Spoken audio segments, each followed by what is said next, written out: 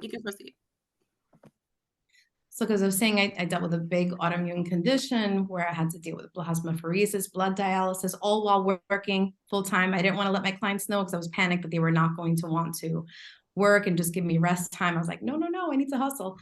Adult ADHD, finally got diagnosed with that, which made sense. If you want to look into that, the symptoms are completely different for men than for women. And the symptoms talked about are usually more male. Aging parents, a parent dealing with some Alzheimer's, starting to have some of that, some dementia, and a mom who was diagnosed with borderline personality disorder with narcissistic tendencies. So that brings its challenges on top of everything else. And I was in a long-term relationship with someone, a beautiful soul veteran who unfortunately did lose his life to the battle of mental illness. So that is also something very near and dear to my heart. So now that that's done, I'm hoping that I'll give you some nuggets of information that you'll be able to connect with. And I think one of the biggest things I want to talk about is this Wonder Woman syndrome, that we are kind of expected to be everything for everyone all at once. And then what usually happens, like we talked about, this is the neglect that we give to ourselves. Like when you get on a plane, the first thing they tell you is, in case of an emergency, that oxygen mask has to come on you before anyone else, but we never apply that in real life. And that's where we get so drained. In situations like this, like the event we're at right now, this is part of filling our cup. And some of us, we're the main ones who have to fill our own cup. We don't have others filling our cup for us. So that's why community and getting together, connecting, being vulnerable is so important. I could tell you through my healing journey, I discovered crying, which to me always felt like a sign of weakness growing up, part of just community and how I was raised. And then I realized, oh my gosh, there's so much healing that happens through that. It is not a sign of weakness at all. I give myself time for that, and it does give you a source of strength afterwards. So I just want to say, if anybody wants to cry when this is happening, don't hold it in. Let it go, let it flow. We're all human. We're human beings. That literally means we are beings having a human experience. Okay, so emotions are very healthy. So I do want to talk about part of that Wonder Woman syndrome is, let's start making it okay to be selfish and take space for ourselves, like we were just talking about. The self-sacrificing thing, a lot of our cultures, I know mine, does it heavily, where, oh, she does everything for everyone. Look how well she takes care of the family, blah, blah, blah, blah, blah. And no one's asking how you're doing. And there is no trophy you're going to get at the end of the day for that, other than probably a heart attack or other health issues. And you can't serve anyone when you're not okay. So let's be okay with being selfish. I'm going to note some of the things that might hit with you regarding the invisible weight you're carrying of guilt. There is the mom guilt.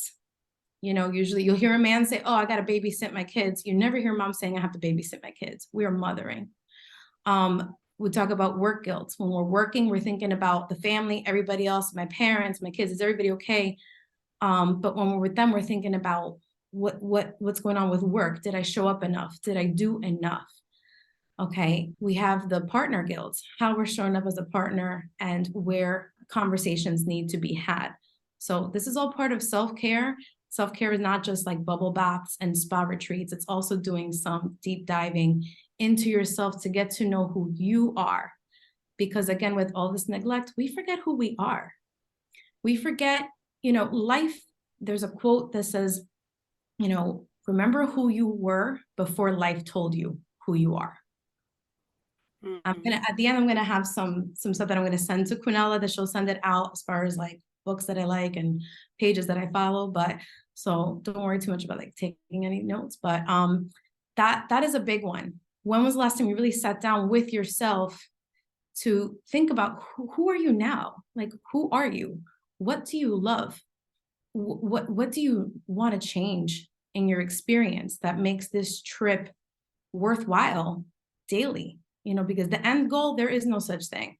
You'll get there and there will be something else to strive for, because if you don't work on these things, you'll never feel complete or full. The other guilt that we carry a lot is elderly parent guilt. You know, how we're taking care of our loved ones. as they get older, which is a very difficult thing. It's a role reversal. Psychologically, it's very heavy for those of us that have to do with it. And the one that I only discovered recently at 45 years old is the first generational guilt. There is so much guilt that comes a lot of times with being the child of an immigrant parent that we don't notice. There's that subconscious pressure of success to make their sacrifice worthwhile, to make everything that they had to go through worthwhile, and to make it like, you didn't do that for nothing. And we forget that our value is in just being us. We're enough. We're enough just by being who we are. Don't need to perform. And as I'm learning more and more about people pleasing, there was a quote today by one of the psychologists that I follow, put her page, but people pleasing usually started out as parent pleasing. And it is a very difficult habit to break, where you think your value just comes from performing, just comes from service. And you have to put yourself first. You do. And even if you say, well, God comes first, yes, but when you're putting God first, you are actually putting yourself first. That is your source. That's where you're getting connection. That's where you're filling your cup when you're being of service. So even when you put God first, you're still putting yourself first in that way. And that's such an important thing to do. Don't ever feel guilty about that. I'm going to try to breeze through this. Remember that you're enough and you are where you're supposed to be. You're not ahead and you're not behind. There is no timeline. There is no finish line. Nobody evolves at the same place at the same time. You can look at any garden anywhere. There is a flower that hasn't bloomed yet. There's a flower that is dying. There's a flower that's in perfect position right now for a photo. But at the end of the day, everything evolves in its course, and you have to trust the timing. And if all you have on a certain day is 30% to give, then that 30% is 100% of what you have. Don't feel bad about that. Show up 100 when you need to, and then it is okay to rest. It's okay to rest. It's okay to be human. Then I want to go into, I'm sorry, I'm cheating over here with the notes of one day. Our upbringing wasn't our choice, but what we do with it is. A lot of us had very difficult situations growing up, didn't have the best examples of love or parenting or relationships.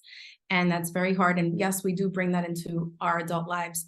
And the things that we don't repair from that, we end up marrying in our daily life. It will show up. Your past will show up if it doesn't get resolved. And again, this comes down to putting yourself first. This is the difficult one of self-love that I've learned. And it was the most difficult thing I had to do, which is learning that you have to accept people for who they are, but at the same time, you have to place them where they belong in your life. And sometimes that is that they don't belong in your life. That's a tough one, but I can tell you from experience, it's real. Sometimes we get guilt from family members. Oh, but it's your this, it's your that. There's a difference between a relative and family. Relative means you're blood related. Family is where you're getting nurturing and support from. So one thing I'm going to write later on for you to ask yourself, the questions for you to ask, who needs to be moved in position of priority in your life? Who's that one person you could think of? And you know it, a lot of times it's easy for us to know, it's hard for us to accept. Who in your life is constantly draining?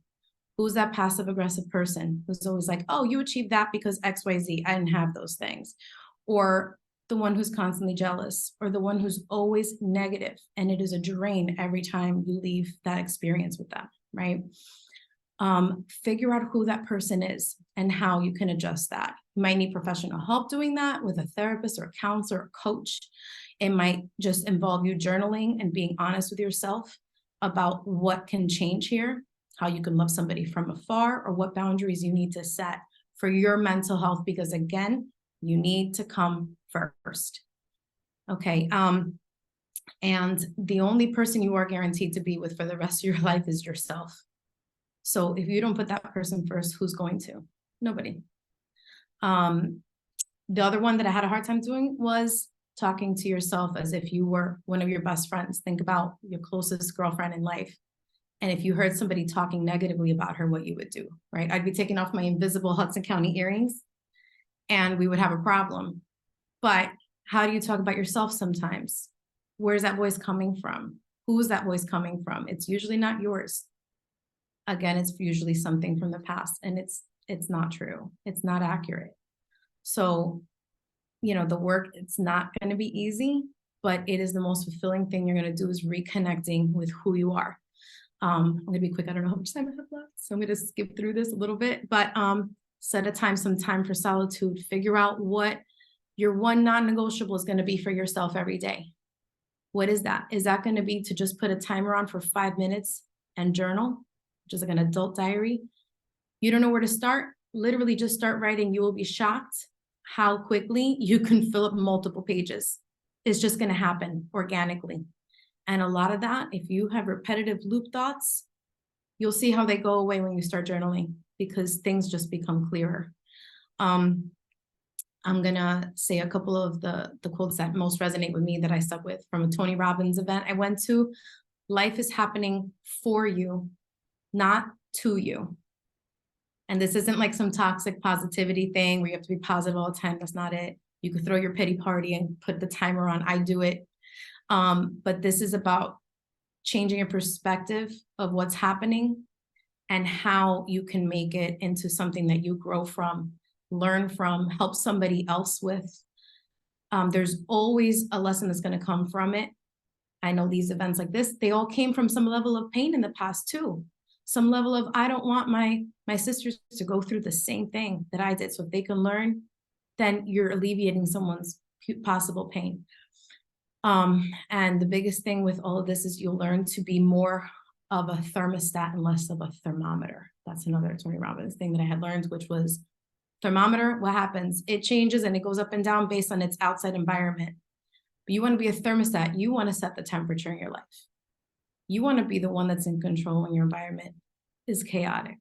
So those are the biggest things that or takeaways for me that I've been working on for a couple of years. I by no means have it all figured out. I could tell you I was crying for a good 2 hours this morning over just things that were going on that were out of my control. I let myself have that space and then was like, okay, reset time. What are we going to do now? But as you go through this journey, I will tell you, this is another difficult truth. You are going to lose some people in your life, because your new life is going to cost you your old one as you grow and evolve. You're not really losing people. Sometimes they're losing you. And sometimes, and what I will tell you, will gain a lot of people in your life that are on the similar path. They're on a healing path, that are on a path for growth, and who want to show up as the best versions of just who they are. And those are the people you're naturally going to align to. I know that happened with me and Quinella and, different people. It's just, it naturally happens. And it's nothing personal. A lot of times people can't let go of the version of you that they knew, even though it might not have been the best for you. So some of the pages I like to follow, this has been my also like self-healing, self-help. I make sure my feed, because social media can do a number on your brain if you don't clean through what's coming up. So I only follow things that feed my brain, that the garden that's up there, I want to feed the flowers and the plants, not the weeds. So I love the Mel Robbins page. I'll put that in the email that I'll send to Quinella. Mel Robbins, she's not related to Tony Robbins, but she's great. Jay Shetty, I follow the holistic psychologist, which is Dr. Nicole LaPera. Has about 7 million followers there. Just look, because there's some like scammer pages that are not her. The secure relationship, if you're in a marriage or a committed relationship, or you're looking to be in one, she's got a beautiful page that has a lot of great tips for connecting and healing relationships and being in a more secure relationship. And that's pretty much what I was going to say. The questions that I would say that you could either write down or they'll be emailed later. Write down the things that you need to stop carrying that were never yours to carry to begin with. What is something that you're carrying with you that's just not your bag to carry, and that you need to stop feeling guilty about? These are great prompts also for journaling, which I'm a huge fan of. It's like self-therapy. Who were you before life told you who you were? Another one, and that can take you to a very long path, but that's a great one. That was very eye-opening, and that's ever evolving. You keep asking yourself that question. And who needs their position changed in your life? And this one was one of my favorites that really healed a lot of things, was what is one thing that you can do for your little self that you never had a chance to do when you were young, whether because of economic position or because you just didn't have the opportunity or didn't have the support. Because now you're in control. You're that little girl's parent. And you get to choose to do those things. What comes to mind that brings you joy that you just never had a chance to do? It's important to nurture that little girl, because we could talk all day about being boss babes and like killing it and crushing it. And that's all wonderful. And that's necessary too, because we are. But at the end of the day, when everything comes off at home, those are the moments that build day in, day out. And they do affect every aspect of your life. So think about that one thing you want to do with that little girl and set a target date to do that with her. Is it to go roller skating? Is it to just paint a really messy painting? Is it to get something that, like, you know, just you weren't allowed to eat that, or you weren't allowed to go there, like whatever it is, singing karaoke thing by yourself, whatever. Just think about what that little girl really wanted to do that she didn't get a chance to do.